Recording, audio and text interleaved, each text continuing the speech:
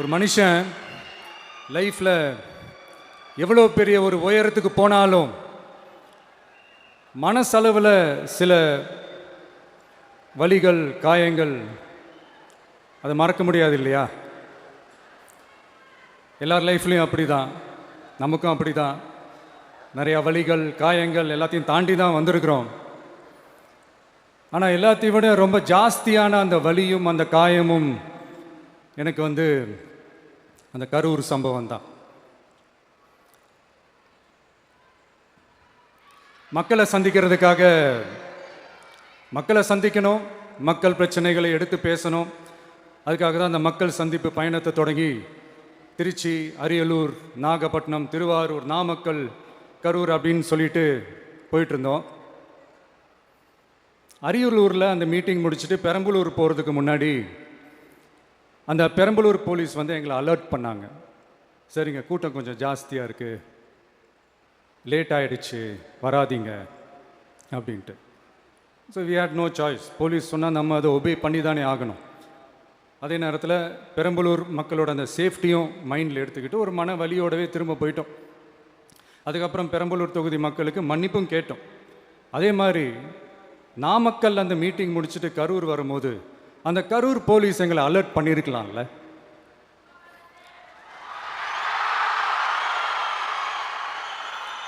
இல்லை சார், இங்கே எதிர்பார்த்ததை விட கொஞ்சம் கூட்டம் அதிகமாக இருக்குது, கண்ட்ரோல் பண்ண முடியல, வராதிங்க. அண்ட் போலீஸ் நினச்சா அவங்க அந்த மீட்டிங்கே கேன்சல் பண்ணலாம். ஏதோ தப்பாக இருக்குது, ஏதோ தப்பாக தோணுது அப்படின்னு நினச்சிட்டாலே they have all the rights to cancel the meeting. எங்ககிட்ட கேட்கணும்லாம் ஒன்றும் அவசியமே கிடையாது. ஆனால் அதையெல்லாம் எதுவுமே செய்யாமல் அந்த ஹைவேல இருந்து அந்த ஸ்பாட்டுக்கு போலீஸே எங்களை உள்ளே கூட்டிகிட்டு வந்து விட்டு அந்த நாடகம்லாம் இருக்குது பாருங்க.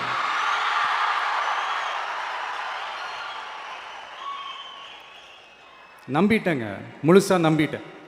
அன்றைக்கி இருந்த அந்த கரூர் போலீஸ் பேசும்போது தேங்க்ஸ்லாம் சொன்னேன் அவங்களுக்கு. எனக்கு தெரியாது இப்படி ஒரு நாடகம் நடக்கும். இதுக்கெல்லாம் யார் காரணம்? இதெல்லாம் யார் சொல்லி செஞ்சது?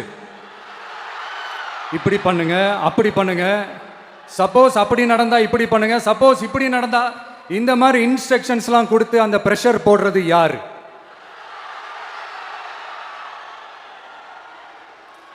அந்த சம்பவத்தில் நம்ம யாரெல்லாம் இழந்திருக்கோம் தெரியுமா?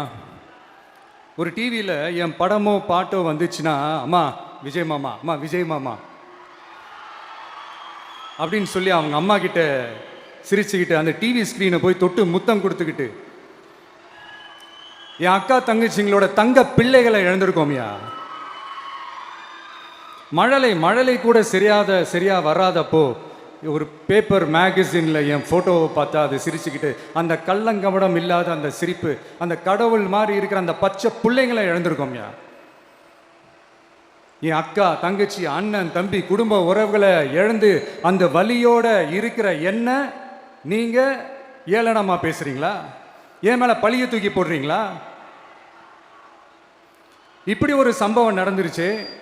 இது ஏன், எதனால, அதுக்கான பின்னணி என்னன்ட்டு அந்த வலியோட வீட்டில் உட்கார்ந்துட்டு இருக்கிறேன். ஓடி ஒளிஞ்சிட்டான் வர சொல்றீங்களா? வாயின்னு முன்ன இருந்தா என்ன வேணாலும் பேசுவீங்களா?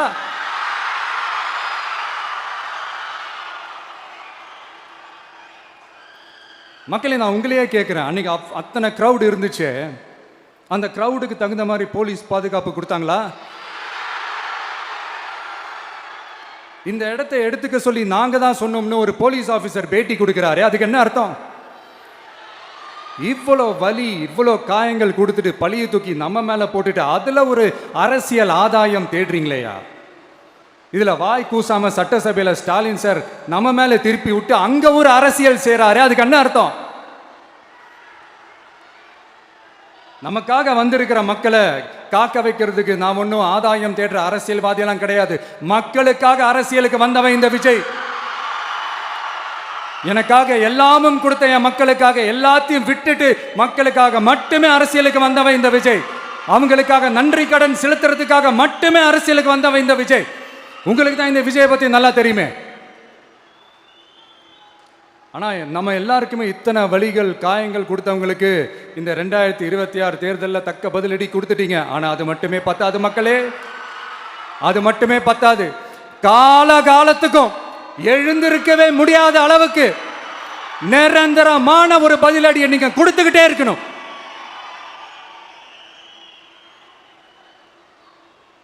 இப்படிலாம் பண்ணா நான் மக்களை விட்டு ஓடிடுவேன் நினைப்பா? யார் என்ன ஓடினாலும் நான் மக்களை விட்டுலாம் ஓட மாட்டேன். அன்னைக்கும் சொன்னேன், இன்னைக்கும் சொல்றேன், நாளைக்கும் சொல்றேன், தில்லா சொல்லுவேன், கெத்தா சொல்லுவேன். பணமா ஜனமா அப்படின்னு கேட்டா என் ஜனம் தான் எனக்கு முக்கியம். மக்களே, உங்களை விட எனக்கு இந்த காசு பணம் முக்கியமா என்ன? இவ்வளோ குறைகள் நம்ம மேல சொல்றாங்களே, இப்போ நான் சொன்ன மாதிரி அவங்களால ஓப்பனா சொல்ல முடியுமா? அந்த தில்லு இருக்கா, திராணி இருக்கா? ஒரு கிடையாது. ஆனா நம்ம மக்கள் அமைச்சு கொடுத்த நம்ம அரச குறைகள் மட்டும் டிசைனா மாடலா குறைகள் மட்டும் சொல்லுவாங்க. ஒவ்வொரு டிபார்ட்மெண்ட்லயும் அந்த பார்ட்டி ஃபண்ட், அந்த கட்சி நிதின்ற பேர்ல அடிக்கிற கொள்ளையெல்லாம் இந்த தீய சக்தியா இருக்கட்டும், தீந்து போன சக்தியா இருக்கட்டும், ரெண்டு பேரும் மாறி மாறி இதை தான் செஞ்சிட்டு இருக்கிறாங்க. இதுல ஒரு ஹைலைட் காமெடி என்னன்னா, சட்டசபையில் பேசும்போது பார்ட்டி ஃபண்டுன்னு தான் சொன்னேன். அது எந்த பார்ட்டி, என்ன ஃபண்டு, யாரு, என்ன பேரு எதுவுமே சொல்ல. பார்ட்டி ஃபண்டுன்னு சொன்னவனை எடுத்தாங்க பாருங்க ஒரு ஓட்டம். எனக்கே ஃபர்ஸ்ட் புரியல, ஏன்பா ஓடுறாங்க? அப்படி என்ன நம்ம இப்போ சொல்லிவிட்டோம்? அதான் அந்த குற்றம் உள்ள நெஞ்சுக்கு தான் குறுகுறேங்கும். இது எப்படி இருக்கு தெரியுமா? எங்க அப்பா பீரோக்குள்ள இல்லை, எங்க அப்பா பீரோக்குள்ள இல்லை அப்படின்னு சொல்ற மாதிரி. ஐயோ, ஏன் கேட்குறீங்க? இவங்களோட செம்ம கூத்தா இருக்குங்க, செம்ம ஃபன்னா இருக்கு. சென்னையில் ஒரு பாலம் கட்டுறதுக்காக நார்மலாக ஆகிற செலவை விட அதிக செலவில், கிட்டத்தட்ட டபுள் மடங்கு செலவில் ஒரு டெண்டர் ஒன்று விட்டுருக்குறாங்க. அதையெல்லாம் தோண்டி எடுத்து அதெல்லாம் இப்போது கண்டுபிடிச்சி கேன்சல் பண்ணியிருக்கிறோம். இன்னும் எத்தனை கோடி ஊழல், எத்தனை லட்சம் குடல் தோண்ட வருமோ எங்களுக்கே தெரில. ஒவ்வொரு முகமுடியாக கிழியுது. ஐயோ, இந்த விஜய் ஒவ்வொரு கதையாக எடுத்து வெளியில் விட்டுருவான் போலேன்ட்டு திரும்புகிற பக்கம்லாம் கதறல் கதறல் கதறல். காதலேருந்து ரத்தம் வராத குறை. ஆமாம், இப்படி ஊழல்லே ஊறி போனவங்க இப்படி தான் இருப்பாங்க. இந்த 50-55 நாட்களில் நாங்கள் செஞ்ச சில விஷயங்கள்லாம் சட்டசபையிலே எடுத்து சொன்னேன். பட் இங்கே ஒரு சில விஷயங்கள் சொல்லணும்னு நினைக்கிறேன். இந்த மின்சாரத்துறையில் இதுக்கு முன்னாடி போட முடியாமல் இருந்த அந்த பதவி உயர்வை இப்போ தான் எங்களால் போட முடிஞ்சுது. அதுக்காக ஒரு அக்கா அழுதுகிட்டே ஒரு நன்றி சொன்னாங்களே, அதெல்லாம் அவங்க கண்ணில் படாது அந்த வீடியோலாம். ஒரே சொல்கிறேன் உங்களுக்கு. அடுத்து, லஞ்சம்லாம் ஒழிக்க முடியாது, ஊழல்லாம் ஒழிக்க முடியாது, அதெல்லாம் பிளட்டிலேயே ஊறி போய் இருக்கு அப்படின்னு சொன்னவங்க போய் ஒவ்வொரு கவர்மெண்ட் ஆஃபீஸா பாருங்க. ஒரு பைசா லஞ்சம் இல்லை, ஒரு பைசா ஊழல் இல்லை. வேலையெல்லாம் சும்மா டக்கு டக்கு டக்கு நடக்குது. ஒரு பெரியவர் ஒருத்தர் சொல்றாரு, தம்பி வேலையெல்லாம் நடக்குது, ஆனால் அதையும் தாண்டி எங்களுக்கு மரியாதை கொடுக்குறாங்க தம்பி, உட்கார வச்சுலாம் பேசுறாங்க. இதெல்லாம் இதுக்கு முன்னாடி நடந்ததே இல்லை. அவனை போய் பாரு, இவனை போய் பாரு, இந்த ஆஃபீஸரை போய் பாருன்னு சொல்லி அலைய விடுவாங்க. இப்போ லஞ்சம் இல்லை, ஊழல் இல்லை, வேலையெல்லாம் உடனே நடக்குது. மக்கள் அப்படி ஒரு பெருமூச்சு கொண்டு விடுறாங்க. அதை பார்த்து நமக்கு அப்படி ஒரு ஹாப்பினஸ். இதுக்கு மேலே என்ன வேணும்? ஏன் இதெல்லாம் பண்ண முடியாது? மனசுன்னு ஒன்று இருந்தால் பண்ணலாம். இப்போ பண்ணல. அதே மாதிரி இந்த எல்என்டி நிறுவனத்தோட 18,600 crore 3 திட்டங்கள் அந்த ஒப்பந்தம், அந்த கையெழுத்து போட்டிருக்கிறோம். கிட்டத்தட்ட 8,200 பேருக்கு வேலை வாய்ப்பு. நான் சொல்கிறது அந்த 3 மாவட்டத்தை சேர்ந்தவங்களுக்கே அவ்வளோ வேலை வாய்ப்பு. குறுவை சாகுபடிக்காக 134 கோடியில் அந்த சிறப்பு தொகுப்பு திட்டம் அறிவிச்சிருக்கிறோம் நம்ம விவசாயிகளுக்காக. இப்போவும் சொல்கிறேன், நம்ம விவசாய பெருமக்களே, உங்களோட இந்த அரசு கூடவே நிற்கும். பெண்கள் பாதுகாப்புக்காக சிங்கப்பெண் அதிரடி படை, அது உங்களுக்கு நல்லா முன்னாடியே தெரியும். வரப்போகிற அறிஞர் அண்ணா அவர்களுடைய பிறந்த நாளில் உங்கள் அண்ணனுடைய அரசில் தாய் மாமன் தங்க மோதிர திட்டம் அறிவிக்கப்படும். இதெல்லாம் கேட்டாங்களே, வாக்குறுதி கொடுத்தீங்களே, என்னாச்சுன்னு. இந்த தீய சக்தி மாதிரி ரியல் தாய் மாமன்லாம் கிடையாது. ரியல் தாய் மாமன். எப்படி? ரியல் தாய் மாமன்.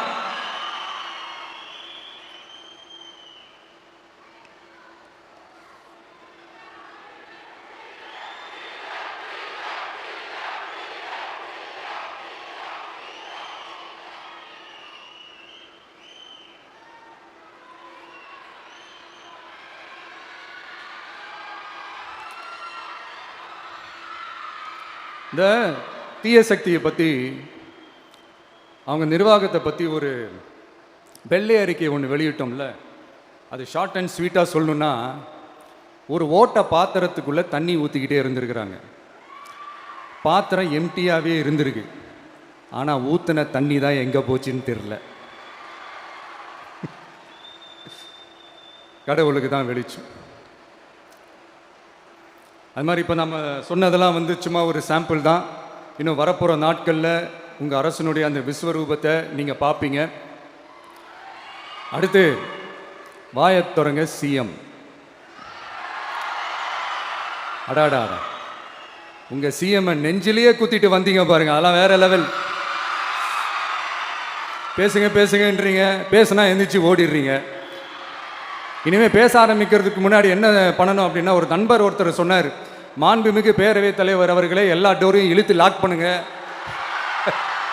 அப்படின்னு சொல்லிட்டு தான் பேச ஆரம்பிக்கணும் போல் இருக்கு. ஏன்னா பேசிட்டு போதே எந்திரிச்சு ஓடிடுறாங்க. 5 நிமிஷம் பேசினதுக்கே குளத்தூரில் கொத்து பரோட்டா போட்டாங்க. இதுக்கு மேலே பேசினா மொத்தமாக முடிஞ்சிடும், பார்த்துக்கங்க. நாம் அரசியல் பேசினா விஜயெல்லாம் அரசியல் பேசலாமா அப்படிங்கிறது. சரிப்பா, நமக்கு எதுக்கு வம்பு, நம்ம பாட்டுக்கு நம்ம வேலையை பார்ப்போம், எதுக்கு அவங்கள பற்றி பேசிக்கிட்டு அப்படின்னு இருந்தா விஜய்க்கு அரசியலே பேச தெரில அப்படிங்கிறது.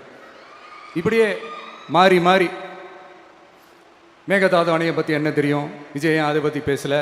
இப்படி நம்ம அரசியலுக்கு வந்ததுலேருந்தே ஒரு கூட்டம் குறை மேலே குறையா சொல்லிக்கிட்டு, பாட்டுக்கு பாட்டு கச்சேரி எங்களுக்கும் பண்ண தெரியும், பண்ணலாமா?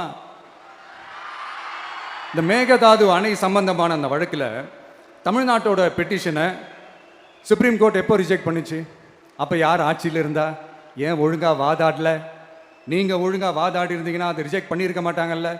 ஏன் ஸ்டாலின் சார் வேணும்னே விட்டுட்டாரா? ஏன் இப்படிலாம் கேள்வி கேட்கலாமா? இப்படிலாம் கேள்வி கேட்டால் தான் மேகதாது அணையை பற்றி பேசுனதா அர்த்தமா? ஏன் அந்த ஸ்டேட்டு சிஎம் பேசுகிறாரு, நீங்கள் ஏன் பேசலை அப்படின்னா, நம்ம ஸ்டேட்டோட உரிமையை எங்கே நிலைநிறுத்தணுமோ அதுக்காக வேலை பார்க்குறது மட்டும்தான் முக்கியம். சும்மா சவால் விட்டுக்கிட்டு சீண்டிப்பார், நான் யார் தெரியுமா, தொட்டுப்பார், இப்படிலாம் பேசிக்கிட்டு இருந்தால் வேலைக்கு ஆகாது. சும்மா பேசி பேசி பிரச்சனையை வளர்த்துக்கிட்டு யார் மேலே அது பழியை தூக்கி போட்டுட்டு அப்புறம் மக்களை அம்போன்னு தெருவில் விட்டுட்டு இப்படி தான் ஒரு அரசியல் பண்ணணும்னா அந்த அரசியல் நமக்கு தேவையும் இல்லை, அதை நம்ம செய்யவும் போகிறதில்ல. Talk less work more mode தான், அதுதான் நம்ம பாலிசியே. அதனால தான் சட்டசபையில் அந்த அரசினர் தீர்மானம்னு சொல்லி ஒன்று கொண்டு வந்தோம். அது எப்படி டு டேக் இட் ஃபார்வர்ட், எப்படி கொண்டு போகணுமோ அதை சரியாக செய்வோம். சென்ட்ரல் கவர்மெண்ட்லேருந்து அந்த டீலிமிட்டேஷனை திரும்ப கொண்டு வர போகிறதா ஒரு பேச்சு ஒன்று அடிப்படுது. யார் என்ன டீலிமிட்டேஷன் கொண்டு வந்தாலும் தமிழ்நாடு அது ஒத்துக்காது. நமக்கான இடத்தை யாரும் பறிக்கவும் முடியாது, அது பறிக்கவும் விட மாட்டோம். இப்படி நாம் இருக்கும்போது இந்த தீய சக்தி திமுக எங்கே போய் நிற்குது, யார் கதவை தட்டிக்கிட்டு நிற்குது, அது உங்களுக்கே நல்லா தெரியும். மக்களே, இந்த தீய சக்தியும் தீந்து போன சக்தியும் வேறலாம் இல்லை, கூட்டு களவாணிங்க.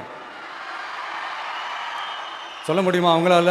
எங்களுக்குள்ள ஒட்டும் இல்லை, உறவும் இல்லை, அறிவிக்க முடியுமா, நிரூபிக்க முடியுமா? இந்த வரப்போகிற இடைத்தேர்தலில் அதை நிரூபித்து காட்டுங்க, அப்புறமா பேசுங்க. மக்களை, என் மனசை விட்டு கரூர் எப்பவும் நீங்கவே நீங்காது. நமக்கு ஏற்பட்ட வேதனையான சம்பவத்தை, நமக்கு எதிராக நடந்த சதிய சூழ்ச்சிய இனி வர்ற ஜென்ரேஷனும் அவங்களுக்கு தெரியப்படுத்தணும்ல. அதுக்காகவே இனி ஒரு அரசியல் சதிய, அரசியல் சூழ்ச்சிய யாரும் யோசிக்கவே கூடாதுன்றதுக்காகவே கரூரில் ஒரு நினைவு சின்னத்தை நம்ம டிவிகே சார்பாக அமைக்கப்படும் அப்படின்றத அறிவிக்கிறோம். அப்புறம் கரூர்லேருந்து ஒட்டுமொத்த தமிழ்நாட்டு மக்களுக்கும் சொல்கிறேன், உங்கள் டிவிகே அரசு உங்களுக்காகத்தான் உழைக்கும். அடிப்படை வசதிகளை முதல்ல நிறைவேற்றணும். ஒரு பக்கம் நிதி நிலைமையை சரி செஞ்சுக்கிட்டே, இன்னொரு பக்கம் அப்படியே நாம் சொன்னதில் ப்ரையாரிட்டி பார்த்து ஒவ்வொன்றா படிப்படியாக நிறைவேற்ற ட்ரை பண்ணுவோம். இது எப்பவும் உங்களுக்கான அரசாக தான் இருக்கும். இந்த விஜய் உங்கள் விஜயாக தான் இருப்பான். நீங்கள் உரிமையோட உங்கள் கவர்மெண்ட்டை நீங்கள் அணுகலாம். இந்த தீயசக்தி ஆட்சி முடிஞ்சு பொட்டிக்குள்ளே போனதுலேருந்து என்னென்னமோ பண்ணுறாங்க, இது ஏதோ பேசுகிறாங்க, சோஃபாங்கிறாங்க, வாஷிங் மிஷினுங்கிறாங்க. இந்த அரசியல் வியாபாரம் பண்ணுறதுக்கான அந்த வெண்டிங் மெஷினே அவங்க தான். யார்? இந்த திமுக. இதில் நம்மளை பார்த்து வாஷிங் மிஷினுங்கிறாங்க. எலெக்ஷனில் ஓட்டுக்கு காசு கொடுக்குற அந்த கலாச்சாரத்தையும் அந்த கல்ச்சரை அடித்து நொறுக்கி இருக்கிறோம். எலெக்ஷன்லேயே அப்படி வேலை பார்த்த நமக்கு எதுக்கு இந்த குதிரை, கழுதை, ஒட்டக பேரெல்லாம்? மக்களின் பக்கம். அப்படி இருக்கும்போது நமக்கு எதுக்கு இந்த பேரெல்லாம்? இந்த திருட்டு திமுக ஆட்சியை வச்சுக்கிட்டு ஊரடிச்சு ஒலையில போட்டு இந்த கொள்ளையை அடிச்சதுனால தான் உங்க கரூர் கம்பெனி ஓனர் ஒருத்தர் எங்க எங்க இருக்காருன்னே தெரியாம ஓட்டு ஓட்டு ஓட்டு ஓட்டு ஓட்டு ஓட்டு ஓட்டு ஓட்டு வர்றான் பாரு வேட்டக்காரன் ஓடினே இருக்கிறாரு. இன்னொருத்தர் ஃபாரின்ல போய் ஒளிஞ்சுக்கிட்டார். ஃபாரின் உடனே ஸ்டாலின் சார்ன்னு நினைச்சிட போறீங்க. அவர் இல்லை. எனக்கு எப்பவுமே ஸ்டாலின் சார் மேல ஒரு தனி பாசம் ஒன்று உண்டு. அவர் கிடையாது, இவர் வேற. சிங்கப்பூருக்கு செக்கப்புக்கு போனார்ல அவரு. இன்னும் தோண்ட தோண்ட எத்தனை பேர் மாட்ட போறாங்களோ தெரியல. உங்ககிட்ட யாராவது லஞ்சம் ஏதாவது கேட்டாங்கன்னா கொடுக்க முடியாது சொல்லுங்க, நான் இருக்கேன் உங்களோட. அப்படியே யாராவது ஃபோர்ஸ் பண்ணாங்கன்னா இது எங்க மகன், எங்க புள்ள, எங்க அண்ணன், எங்க தம்பி, எங்க விஜய், எங்க விஜயோட ஆட்சின்னு ஸ்ட்ராங்கா சொல்லுங்க.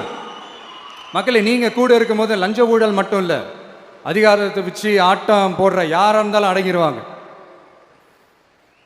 இந்த கடமை கண்ணியம் கட்டுப்பாடுன்ட்டு ஒரு காலத்துல கொள்கையோடு இருந்த கட்சியெல்லாம் இன்னைக்கு எப்படி இருக்கான்னு உங்களுக்கே தெரியும். அதாவது இந்த டிவிகே கட்சியோட தலைவரை எதிர்க்கிறதுல ஒரு நியாயம் இருக்கு. ஏன்னா உங்க பொழப்புல மண்ணள்ளி போட்டான். என்ன இந்த ஊழல் லஞ்சம்லாம் பண்ண மாட்டேன்னு சொல்லி உங்க அரசியலை ஒரு தெருமுனைக்கு கொண்டாந்து விட்டான். மக்கள் வேற அவனை தான் நம்புறாங்க.